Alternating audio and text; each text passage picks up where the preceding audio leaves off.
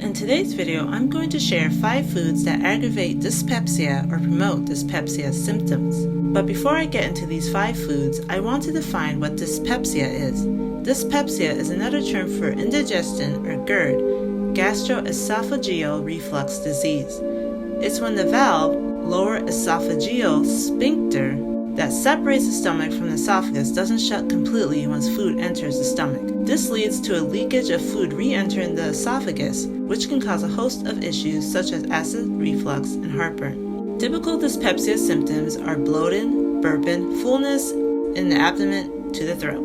I've even experienced tachycardia, which is rapid heartbeat, when bloated and bending down or moving quickly. In some, dyspepsia can leave you feeling full of gas with no way of getting rid of it. Symptoms can last for several months in the most severe cases.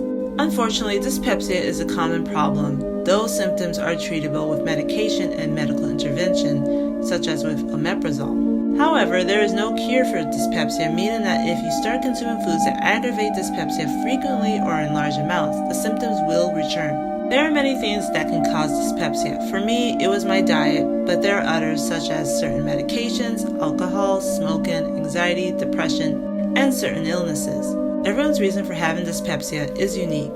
So now having a general idea of what dyspepsia is, it's important not to aggravate it, since having symptoms for a long time can lead to serious health issues such as permanent damage to the esophagus due to acid reflux. But before we get to the foods to avoid, there are other behavioral things to do to keep dyspepsia symptoms at bay. First, don't overeat in one sitting. Eating a lot of food at a time can stress the stomach and open the valve leading to the esophagus.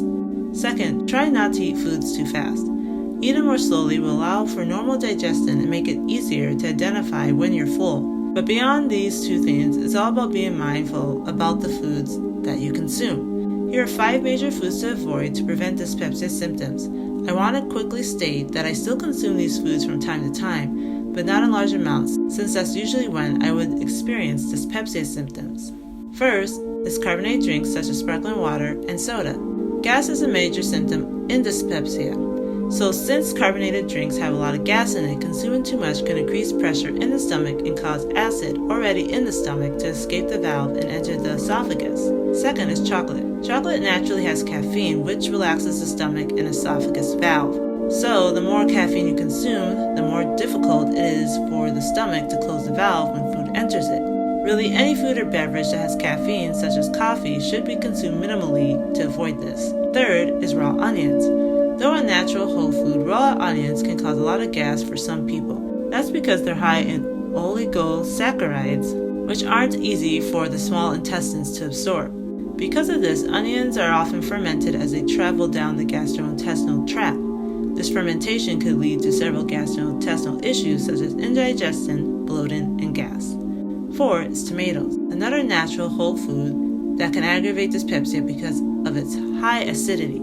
Specific acids in tomatoes, like malic and citric acid, can increase the gastric acid already present in your stomach. This buildup in acid will force foods upwards in the stomach towards the valve, lower esophageal sphincter. Normally, this sphincter would remain shut, but for those with dyspepsia, the pressure will open it up. 5 is beans. Again, beans are another natural whole food. Unfortunately, beans create a lot of gas and aren't usually easy to digest in small intestines. That's because they're high in fermentable carbohydrates such as starches and galacto-oligosaccharides. So, are there any alternatives to these 5 foods? With these 5 foods, it's best to avoid them or consume them occasionally. For some of them, such as beans, soaking them for a day or 2 and cooking them thoroughly will make them more digestible. Same with onions. I find I have no dyspepsia problems when consuming cooked onions. I avoid consuming raw onions completely. So those are the 5 major foods that aggravate dyspepsia. If you suffer from dyspepsia, it's best to avoid them or consume them minimally. Also, cooking them can transform them into a problem-free food. I hope you found this video helpful in managing your dyspepsia symptoms or understanding what aggravates dyspepsia. If you enjoyed this video, please like, comment, and share so others looking for this resource can find it. Subscribe for more whole food, nutrition, and health videos, and until next time, take care.